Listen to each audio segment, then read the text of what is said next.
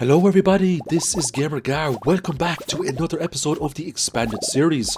We are now entering the first week of fall, and this marks the halfway point of this challenge. Stardew Valley Expanded just keeps getting bigger and bigger every time we build up relationships with a lot of the NPCs, new zones open up, new characters are introduced, and the game just keeps getting bigger and better all of the time.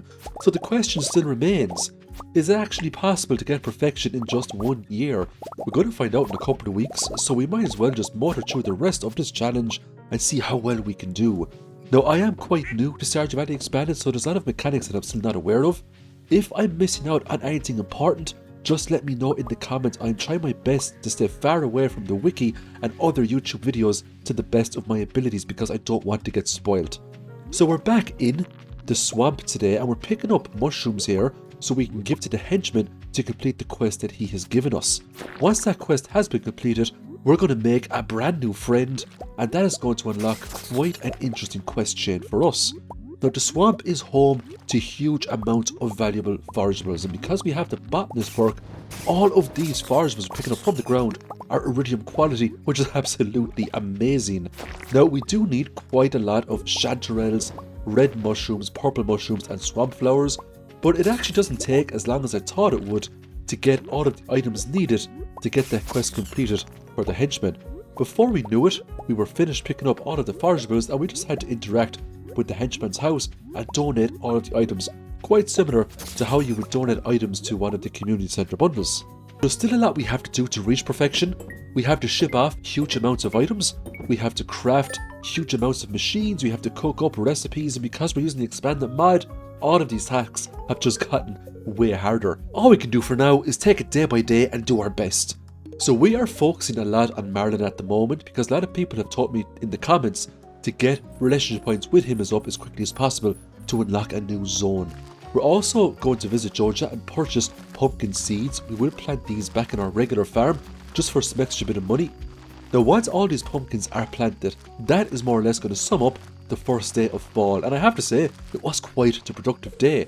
The next day the henchman pays us a visit and he just wanted to say thanks very much for helping him collect all those lovely forageables and don't be a stranger to make sure we visit him at his home. He also mentioned that he fixed up a bridge as well, and that bridge he's talking about is a little pathway that goes directly from his home to the warp point that brings you to the witch's hut, and we can very easily get there now through the wizard's tower, so we don't have to go through that huge maze anymore to get to his house. So we did some fishing today. We just got the sandfish. We're also looking to help on the quests. 3 tiger trout were on the menu today. It didn't take us too long to get those, so we're going to give Penny the sandfish because she loves those, and that got a lot of friendship points for her. Now we will try our absolute best to max out all of the friendships with all of the Stardew Valley NPCs, even the expanded ones, before we get into the second year. Now as far as quests go, we got a new quest here thanks to the expanded mod, A Mysterious Venture, and Marlon here is looking for us to craft huge amounts of bombs. So for now, we're going to grab that quest because it could lead to something new, and that's what we're all about right now. We want to get as much of the expanded content in as possible before we get into the second year. So we just visited the henchman, and as we can see, he is now an interactable NPC with a relationship status. Now unfortunately we can't marry the henchman. His hearts do go up to 10. If we could marry him, trust me, I would have married him in a heartbeat. I think goblin babies would be really cool in this game. We are doing a lot more focus now on fishing. We got the walleye, we also picked up the goby there as well, and we're going to pay a visit now to the Sprite Springs. When I first came to this place, I thought it was just a location where you can get some fishies. I did not realise you could take a swim through the water. The water gives you a random buff every day, which is absolutely amazing. Over on the right hand side, I was met with huge amounts of forageables that I get to pick up, and that's not even the best part about this Sprite Spring. There was another hidden area that I noticed when I was swimming around. Inside, my jaw almost dropped to the floor when I saw the amount of resources I could pick up, including ancient fruit. And the best thing about these ancient fruits is that because they're on the ground, the botanist perk is activating, and we are picking up iridium quality ancient fruits, which is pretty cool. We have a couple of ancient fruit seeds that are up in the greenhouse at the moment. We can grab all those ones now, put them into seed makers, and we can dramatically expand our reach on having an ancient fruit farm. We will start with the greenhouse and we will slowly but surely work our way outwards. So we'll make sure that we fill up Ginger Island with them as well as Grandpa's shed. And the reason why you want to do this, especially on this farm type, is that the ancient fruit is a regrowable crop. Sure, it's not as potent as the star fruit, but it's regrowable. And if you convert it to wine, or even if you just dry it out, the profits are still amazing. So the ancient fruit is one of the best crops in the game. As we can see inside our greenhouse back on the Frontier farm, we have a big mixture of crops that we're harvesting right now. A lot of these crops will be shipped off for the shipping bin collection, the rest will be saved for cooking recipes later on. Once we were finished with our greenhouse shenanigans, it was time to go and complete the community quest for Marlin. So he needed bombs, cherry bombs and mega bombs, a combination of each to complete the mysterious venture. Once that quest was completed, we will get a cool cutscene the next day, but for now, we're going to go to Ginger Island and get some new fishies. The ocean sunfish was the first we pulled up. We also grabbed a Lunaloo today, as well as a shiny Lunaloo. Once that was done, it was time to head off to the farm on Ginger Island, talk to the frog. We're going to get him to inspect our fully grown melon. He's going to give us 5 golden walnuts for that, and he's going to give us 5 more for having a fully grown wheat on the farm as well. Once we are finished interacting with the frog, we're going to run around now and harvest the rest of the crops that are fully grown. So we just got some green beans there. We're also going to grab a fair dose of grapes here as well. Now the grapes can be dried out into raisins and they can be quite profitable, especially if you have the artisan perk. We're grabbing more golden walnuts from the muscle nodes here too, which was nice. Now because we had the funds and because we had the great majority of golden walnuts collected, there was 41 golden walnuts left, so we paid 410,000 gold for the Georgia parish to find the rest.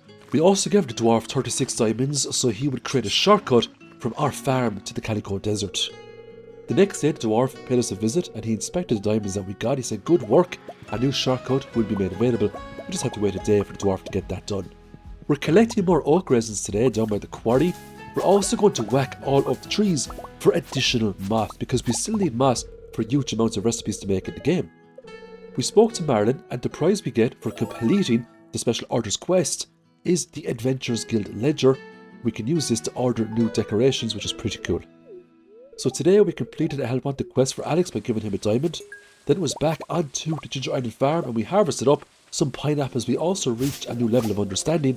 That means we have now unlocked all of the mastery tiers.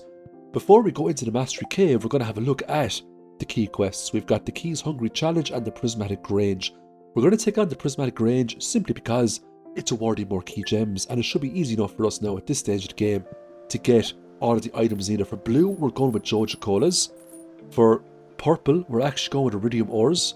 Orange, we're going with copper ores. Green is fibre. Yellow is sap. And red are cherry bombs. So they're all fairly easy. Now I know what a lot of you are going to say, why did you use iridium ores as purple? To be honest with you, I have thousands of iridium ores in a chest which was called cavern runs. Too much of it. I actually need to make heavy furnaces and just get the whole thing smelted. So with all of the key gems I collected, I'm just going to prioritise recipes for now.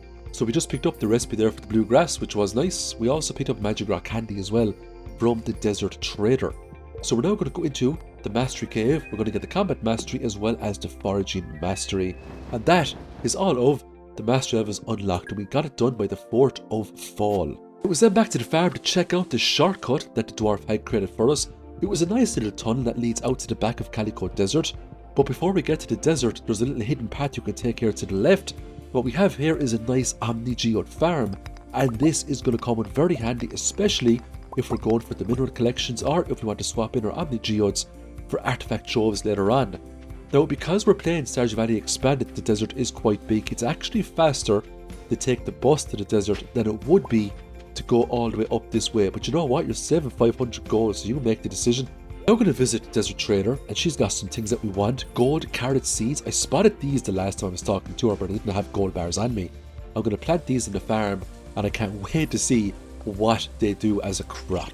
We also spoke to the raccoon as well. The raccoon wanted some dried mushrooms and eggs.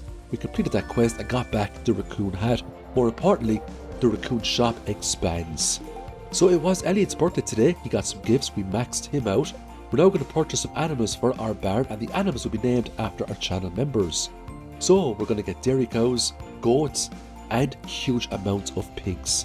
Pantox will be our first cow. Bonkers Busy will be the goat, and the rest are going to be pigs. We're going to have Dara Wiseman, Natasha Smith, Taylor H, we're going to have Sabrina Doohy, Sarah Krull, Pink Blossom, Manya Inyala, Awkward Burb, Sleepy Brit, Fluffy Fish. So, if you want your name included in these videos, just become a channel member. It's a couple of euros per month. So we are hitting the regular mines today for a couple of reasons.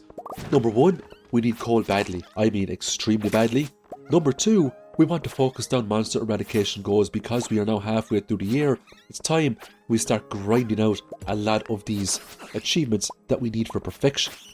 Now, a lot of the bats are dropping very important components. Bat wings is an active ingredient needed to make monster musk. So if we do see bats, we will absolutely wipe them off the face of the earth, because the more bat wings we get, the more monster musks we can make. That's if we unlock the monster musk this year. Hopefully we'll get the quest for that. Our first trinket is the Basilisk Paw. It's really good. It's basically an immunity towards everything, similar to the ribbon in Final Fantasy. We now went to Grandpa's big shed. We harvested huge amounts of starfruit, and all of that starfruit is going to get put into lovely kegs. All of the starfruit when we get back from this will sell for huge amounts of money. We are now going to go to Clint and we're going to break open huge amounts of mystery boxes as well as golden mystery boxes. The Foraging Mastery unlocks the golden mystery box. You can get some amazing things from that, including magic rock candies and other bits and bobs. So we're using the fast animations mod to make Clint break up those geodes super fast. If you're wondering what mods are being used in this video, just check the description. All of the mods are in the description with the links underneath them. For all of you people that put into the comments so many times, what mods are you using? All the mods are in the description. So we sold some starfruit to Pierre, we purchased more starfruit off Sandy, and we pulled up a legendary fish known as the Angler. We're now going to go down into the mines and we're going to pull up the ice pip. If you don't have max fishing skills or the trap bobber, it can actually be a fairly difficult catch. Because we were in the mines, we went down to floor 100, and believe it or not, we pulled up our very first lava eel. It's actually funny that we pulled up our first one and we're halfway through the challenge, you know? If you compare this to previous challenges, we would have had hundreds or even thousands of lava eels by now. So because it was Sunday, we're going to trade in our jades for staircases at the Desert Trader. We're then going to spend the rest of the evening running around Pelican Town, giving people gifts just to get a lot more friendship points with them. There's a lot of Stardew Valley NPCs that we don't have a whole lot of friendship points with, so we need to make a much bigger effort now to get that sorted. Once we were finished with the saloon, we went back down to the secret woods and we pulled up a new fish here known as a gar. And people have put into the comments before to ask me if Gamer Gar came from this fish. No, it didn't. Gamer Gar came from my own name, which is Garode. My friends call me Gar for short. So just so you know, it has absolutely nothing to do with this fish known as a gar. Once we were finished with fishing down here, we decided to go to the Joja Mart because it was Claire's birthday.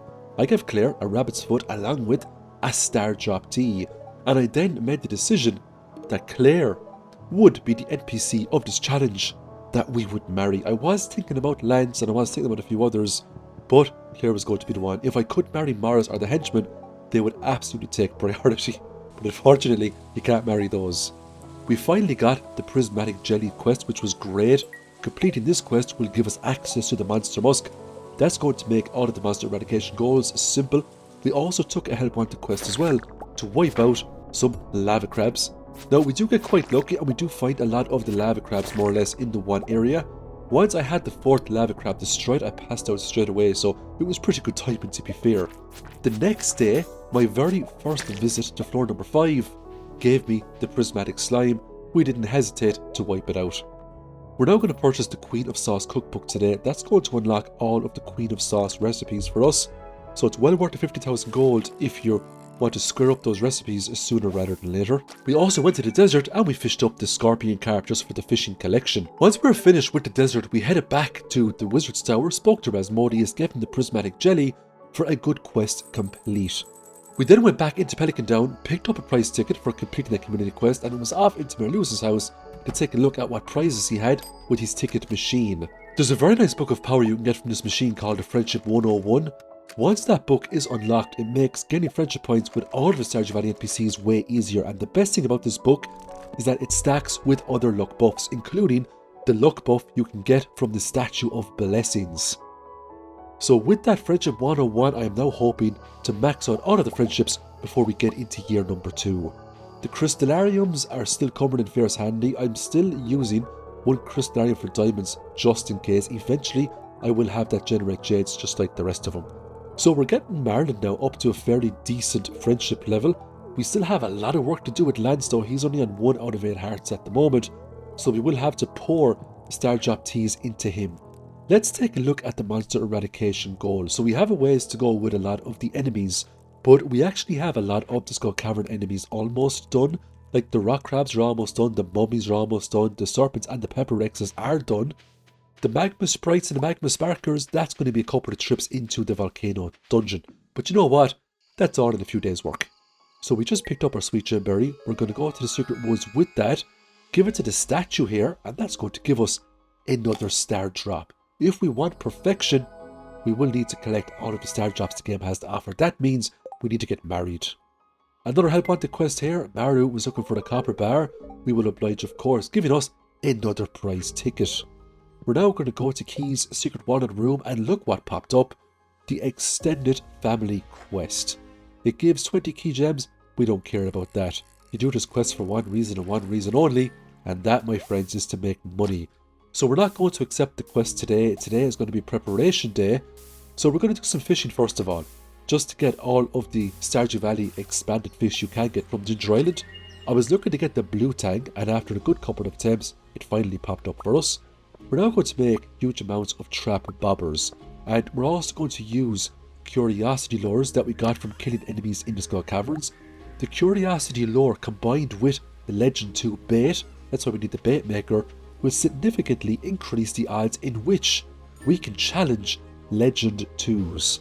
So for the next 3 days we'll be trying our best to fish up as many Legend 2s as possible. Another day, another gift for good old Lance here, so we will give him gifts when the opportunity arises. It's also blackberry season, so if we do see blackberries on the bushes, we'll pick them up. And that is the end of another Stardew Valley Let's Play. Thanks so much everyone for watching these Let's Plays. I really do appreciate you. Stay tuned for more big Stardew Valley challenges coming your way. I hope you all have a great week, and I'll see you very soon in the next Stardew Valley video. Bye for now.